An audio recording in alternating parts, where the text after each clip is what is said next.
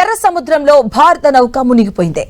Yemen పశ్చిమ తీరంలోని భారతీయ పతాకంతో ప్రయాణిస్తున్నటువంటి MSV ఫైస్ నూరేవలియా అనే వాణిజ్య కార్గో నౌకపై దాడి జరిగింది. క్షిపణి దాడి జరగడంతో తీవ్రమైన పేలుడు కారణంగా నౌకలోనికి భారీగా నీరు చేరి అది సముద్రంలో మునిగిపోయింది. యెమెన్లోని హౌతీ తిరుగుబాటుదారుల నియంత్రణలో ఉన్న ఆల్ హుదైదా ఓడరేవుకు దక్షిణాన 13 నాటికల్ మైళ్ల దూరంలో ఈ ఘోర ప్రమాదం సంభవించింది.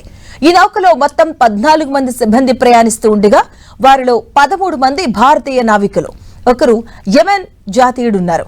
నౌక మునిగిపోతున్న సమయంలో అప్రమత్తమైన యెమెన్ కోస్ట్ గార్డ్, నేవీ దళాలకు చెందిన విపత్తు నిర్వహణ బృందాలు సంయుక్తంగా అత్యవసర రెస్క్యూ ఆపరేషన్ చేపట్టాయి.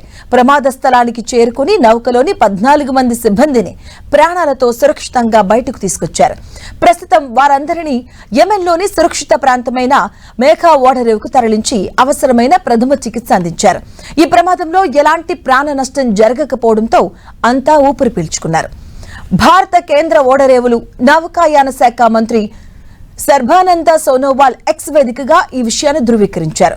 నావికులందరూ సురక్షితంగా ఉన్నారని, వారికి అవసరమైన అన్ని రకాల సహాయాన్ని అందిస్తున్నామని పేర్కొన్నారు.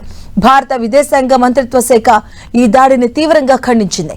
అంతర్జాతీయ జలమార్గాల్లో వాణిజ్య నౌకలపై జరుగుతున్న ఇలాంటి దాడులను వెంటనే అరికట్టాలని, నౌకల స్వేచ్ఛా రవాణాకు భద్రత కల్పించాలని స్పష్టం చేసింది. రియాద్లోని భారత రాయబార్య కార్యాలయం యెమెన్ అధికారులతో నిరంతరం సమన్వయం చేసుకుంటూ నావికులను త్వరలోనే భారత్కు తీసుకొచ్చేందుకు ఏర్పాట్లు చేస్తుంది. ఇక ఈ దాడికి తామే బాధ్యులమని ఇప్పటి వరకు ఏ సంస్థ అధికారికంగా ప్రకటించినప్పటికీ యెమెన్ ప్రభుత్వ దళాలు మాత్రం ఇది హౌతీ తిరుగుబాటుదారుల పనేనంటూ ఆరోపిస్తున్నాయి.